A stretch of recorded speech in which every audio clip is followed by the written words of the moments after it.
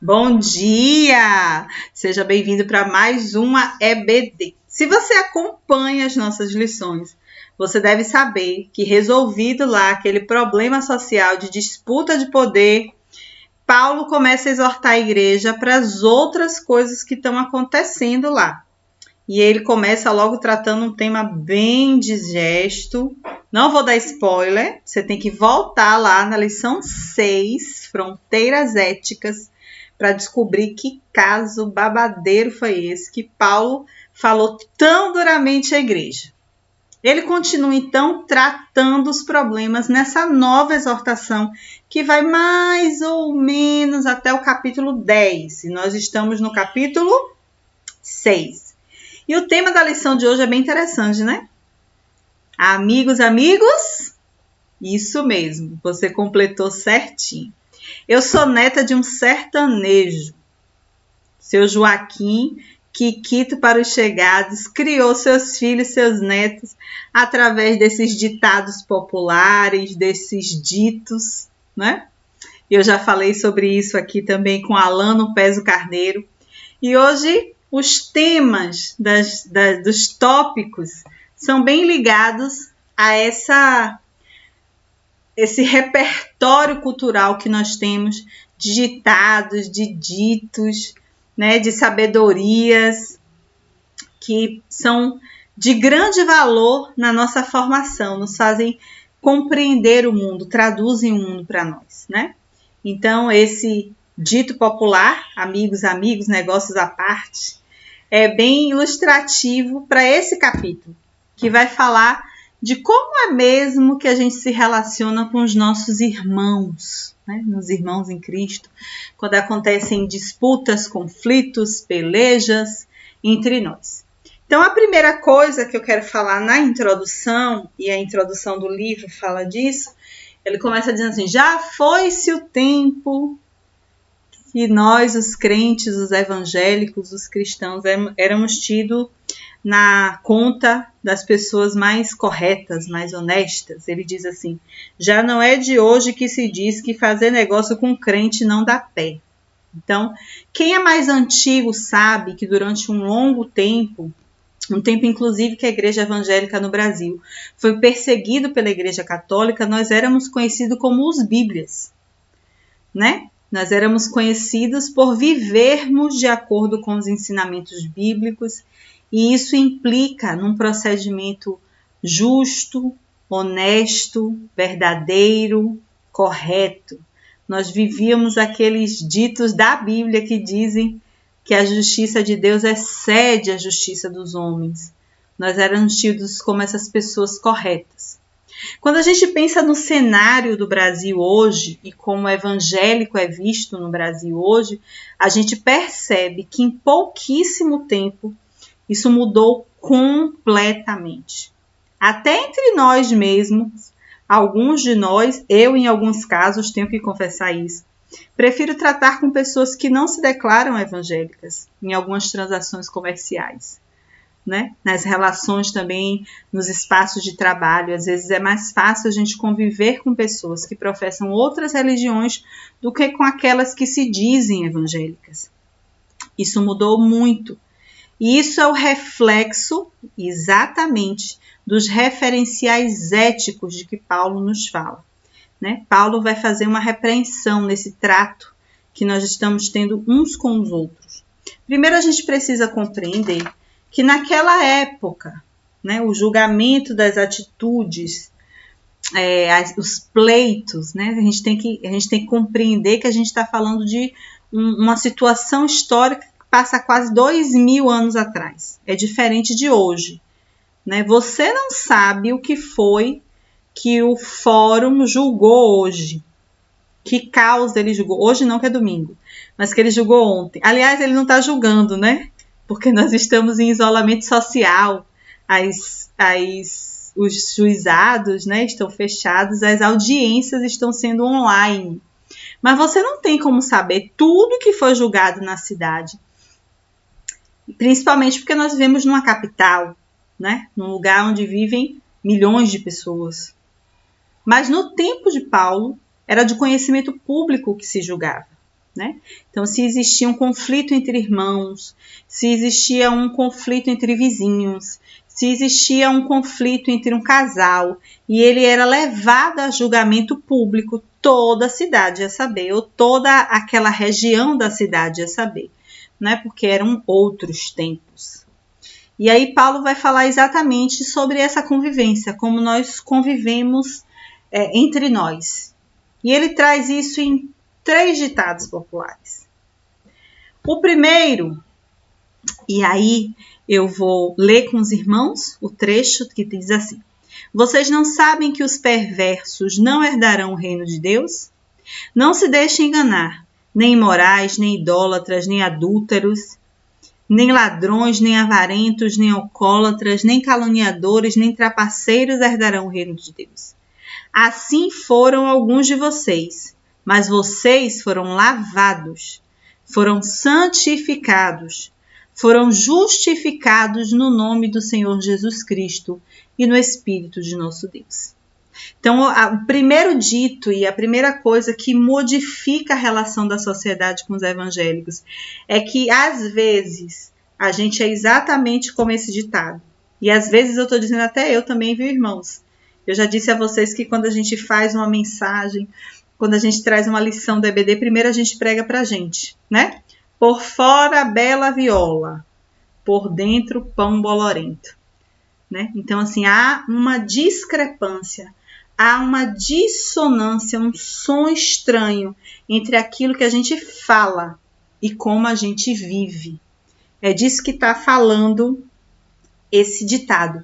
Ele ironiza essa incoerência entre o que a gente aparenta ser e como a gente age, como a gente atua no mundo, como a gente estabelece as nossas relações. E é exatamente essa incoerência que faz com que a sociedade hoje olhe para os evangélicos e diga: não confio muito. Porque às vezes a gente tem um discurso de amor, que Deus é amor. E o amor é a força mais potente do universo, porque Deus é a fonte mais potente do universo. Deus é o grande, poderoso, fonte de amor, de misericórdia. E a gente age de forma extremamente violenta, excludente, condenatória, completamente diferente. Então, essa dissonância, essa discrepância entre o que a gente de fato é e aquilo que a gente fala, o nosso discurso, ou quem nós aparentamos ser, é que tem causado, né, esse conflito da imagem do evangélico, do crente, do cristão na sociedade atual. E aí, lá no versículo 8, Paulo vai ser bastante decisivo e vai dizer: vocês mesmos é que praticam a injustiça e defraudam. Então imagina, eu tenho um pleito com meu irmão em Cristo, foi ele que me defraudou, né? A dor não é maior? Quando você, não sei, manda fazer uns móveis planejados, paga 50% do valor a pessoa some com metade do seu dinheiro. E quando você vai ter que ir para a justiça e ainda vai chegar lá na frente de um juiz, que às vezes é uma pessoa absurdamente incrédula, vai reforçar esse discurso, né? Do por fora a bela viola, por dentro pão bolorento. Olha, 2 crentes e os 2 brigando porque um deles não foi uma pessoa honesta. Essa discrepância, essa dissonância, né, entre a teoria e a prática, entre o ser e o fazer, e que é o grande processo civilizatório da gente. Olha o que Paulo vai dizer: vocês foram assim algum dia.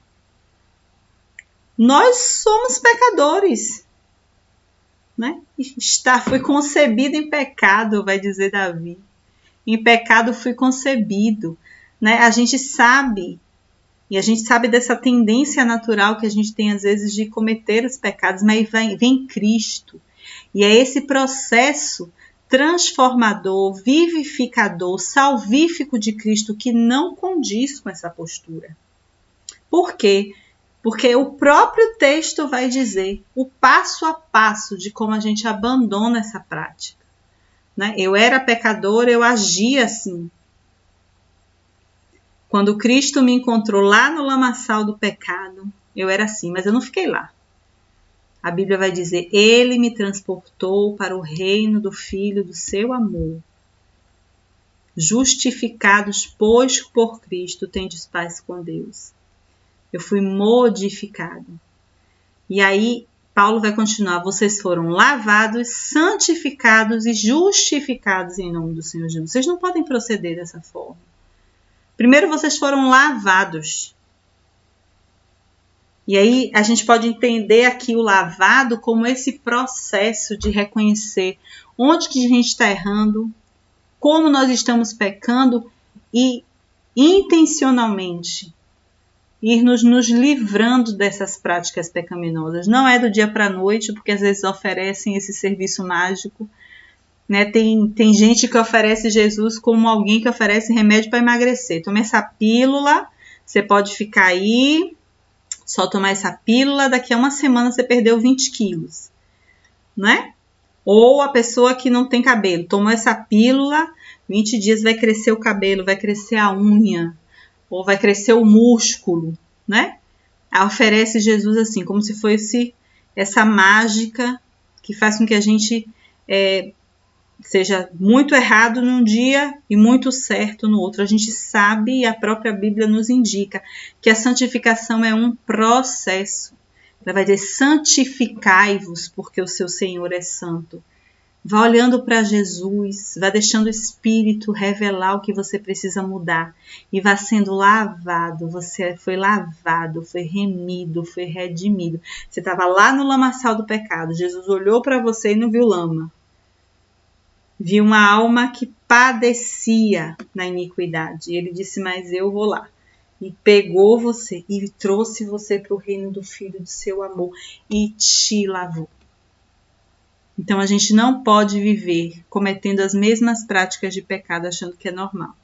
Para além disso, para ser lavado, a gente passa pelo processo de santificação, que Paulo em algum momento vai dizer que é como correr uma carreira.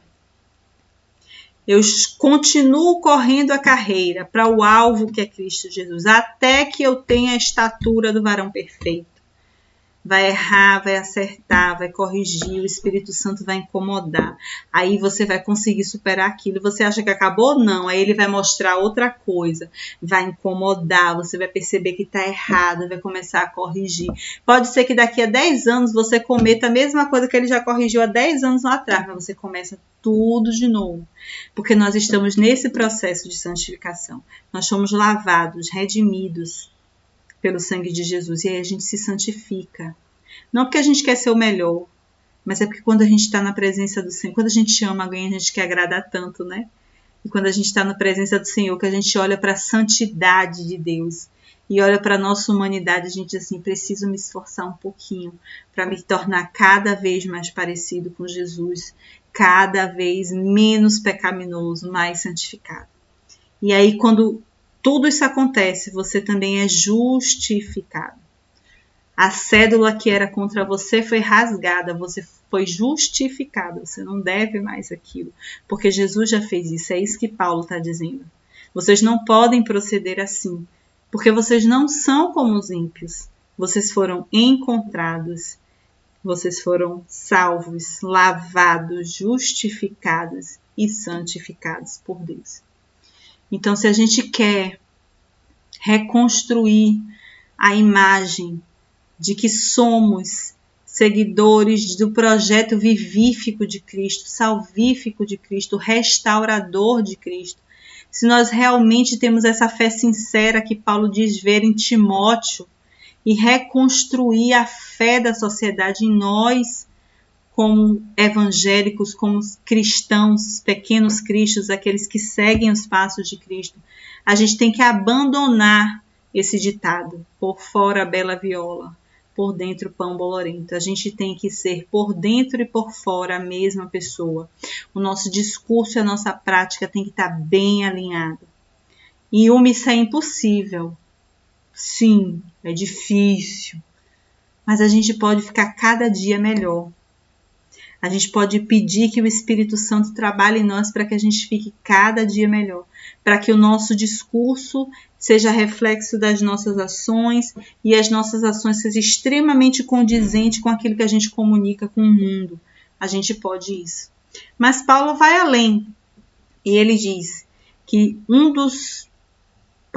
pastor Ed Renekiewicz, né? Analisando o texto que Paulo escreveu, vai além, vai dizer que muito também vem desse pensamento: venha a nós tudo e ao vosso reino nada. E aí eu vou falar aquele versículo que eu já falei: em vez disso, vocês mesmos causam injustiça e prejuízo, e isso contra os seus próprios irmãos. Essa mentalidade que a gente até disse assim, que é o jeitinho brasileiro, né? E o brasileiro tem um jeitinho, ele dá um jeitinho em tudo. Né? Essa mentalidade do tirar vantagem, do querer sempre ser o beneficiado, né? Está uma fila muito grande, a gente chega a sentir um prazer se a gente consegue passar na frente das outras pessoas para pagar uma conta, para passar as contas no mercado, dá uma satisfação pessoal, né? Ou quando a gente sabe que a amiga da gente comprou aquela calça por 100, mas você conseguiu a vendedora por 65, a gente infla o peito, né? Dá uma satisfação pessoal, que a gente foi o único beneficiado. A gente tirou vantagem daqui. Isso são exemplos corriqueiros, viu, gente? Isso não constitui, de fato, um pecado. Eu estou tentando ilustrar o que eu quero dizer, né?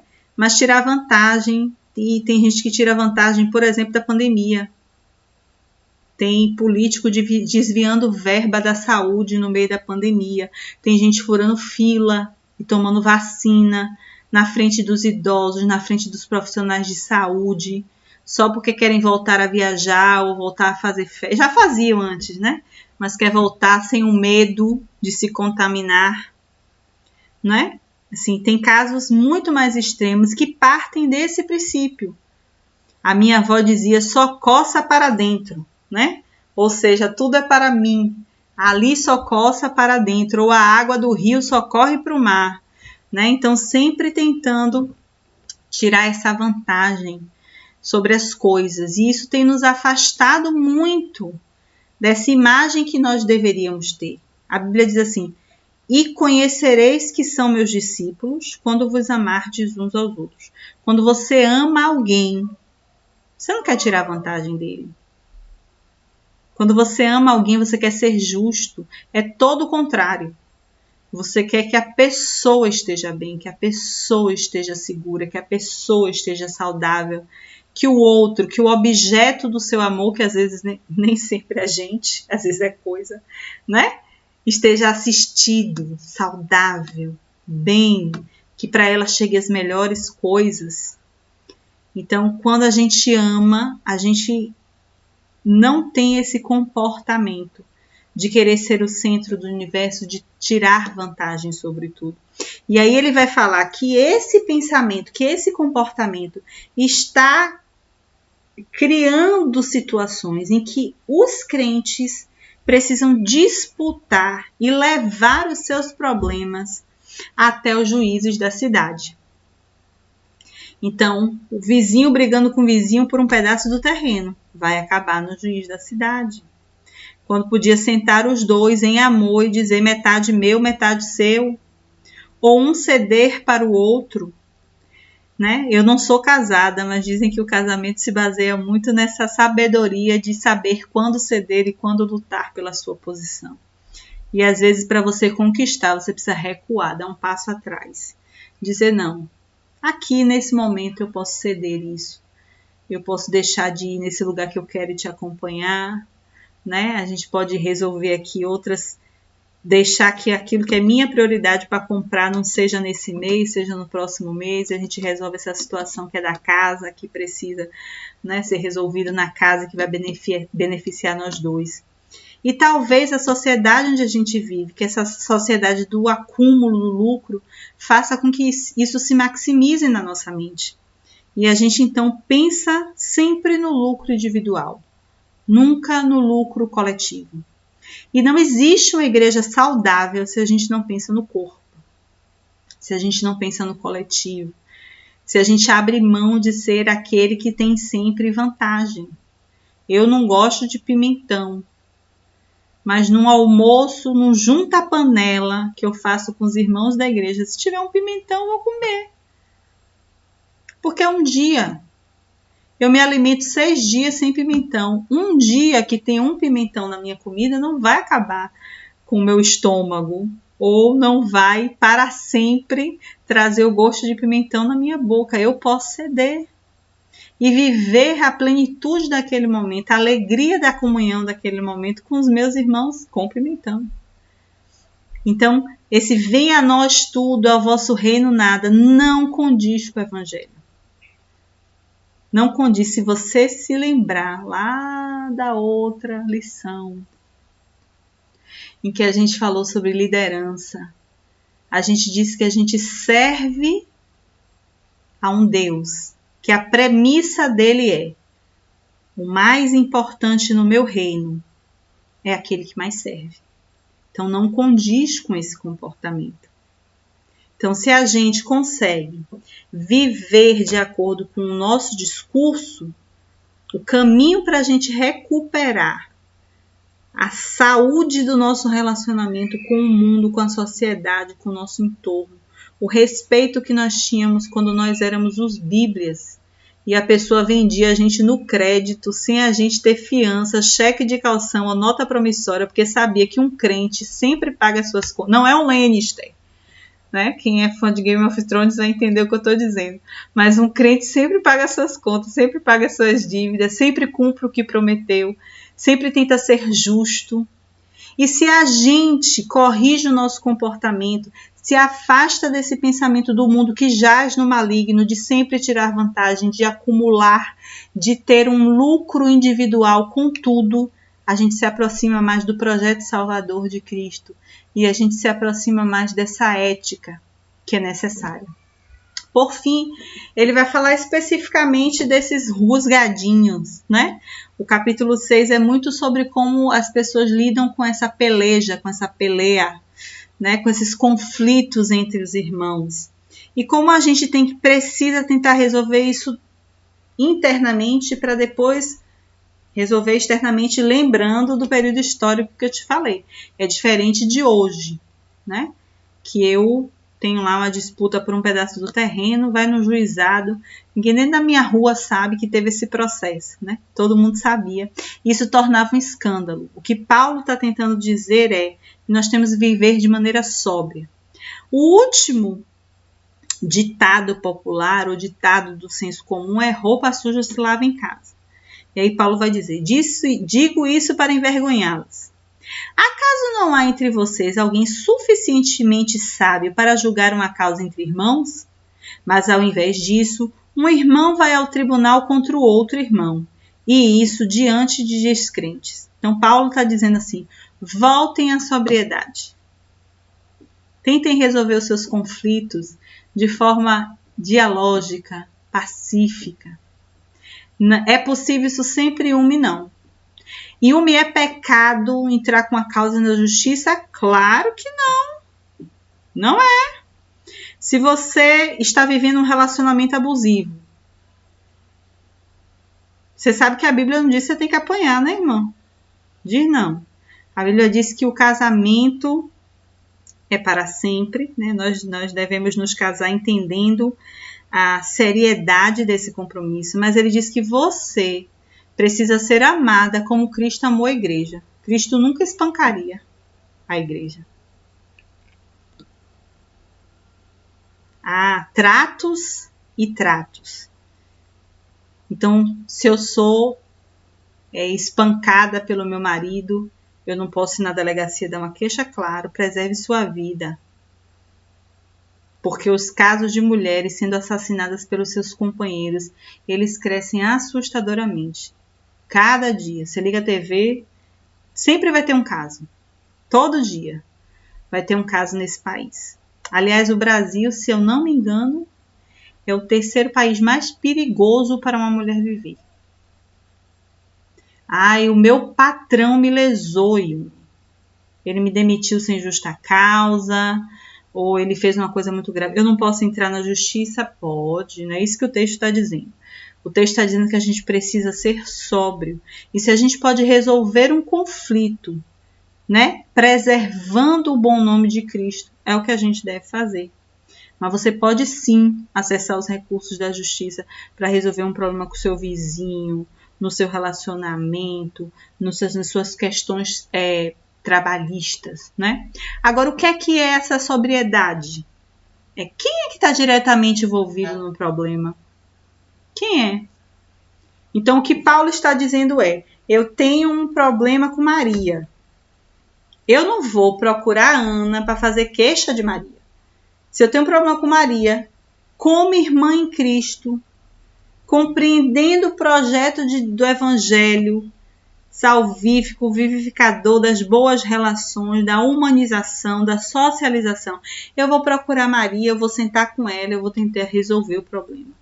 Se eu não consigo, e se eu sei que Ana é uma pessoa muito coerente, muito sábia, eu vou chamar a Ana para conversar comigo e com Maria para ver se Ana, com a inteligência dela, com a sabedoria dela, consegue nos ajudar a resolver esse problema. Então, o que ele está dizendo é resolver os conflitos de maneira sábia, sem trazer escândalo para o Evangelho. É você encarar os problemas de frente e resolver com quem tem que resolver. Não toda a comunidade precisa saber o que está acontecendo para a gente resolver esse problema. E quando não há solução, procure as maneiras legais de resolver. Não é pecado, certo? Então, assim, Paulo faz essa exortação da forma ética de vivermos no mundo, porque a minha vida, enquanto serva de Cristo, não fala somente sobre mim. Ela fala sobre o Deus que eu sirvo e a comunidade onde eu convivo. Se eu tenho um mau comportamento, eu vou fazer com que a sociedade entenda que todo o grupo que faz parte do meu corpo de Cristo pode ter também esse mau comportamento. Lembra da lição passada? Que era necessário identificar o problema, tratar o problema e proteger a comunidade, reforçar sempre a comunidade os procedimentos que são corretos e os que não são. Por isso, porque o meu mau comportamento não fala só de mim. Quantas vezes você já não passou por situações em que pessoas que se diziam evangélicas fizeram coisas erradas e as pessoas ao redor disseram, mas não disse que é crente? Mas não falou que vai para a igreja? Como é que a pessoa que vai para a igreja age assim? Então não é só sobre o meu comportamento, como eu me posiciono no mundo. Quando eu professo uma fé, seja qual for, e eu faço uma coisa errada, essa fé, esse Deus que eu sirvo, essa comunidade onde eu estou inserida, passa a ser julgada também pelas minhas atitudes. E é por isso que Paulo faz essa exortação. Faz essa exortação para que a gente viva de fato de acordo com o nosso discurso. Aquilo que a gente diz que a gente acredita. Para que a gente abandone essa prática do mundo de querer tirar vantagem de tudo e consiga compreender que na lógica de Deus todo mundo tem que lucrar, inclusive Deus. E sabe como foi que Jesus lucrou? Ele veio ao mundo e morreu por mim e por você, que ele nem conhecia, nem queria ele. Essa é a lógica do reino e do rei a que a gente serve. E por último, a gente precisa viver com sobriedade, preservando a nós mesmos, preservando o nome de Cristo, preservando o corpo no qual nós estamos inseridos. Eu espero que essa mensagem tenha te edificado como edificou a mim. E nos vemos nos próximos domingos para continuar compreendendo esta exortação de Paulo.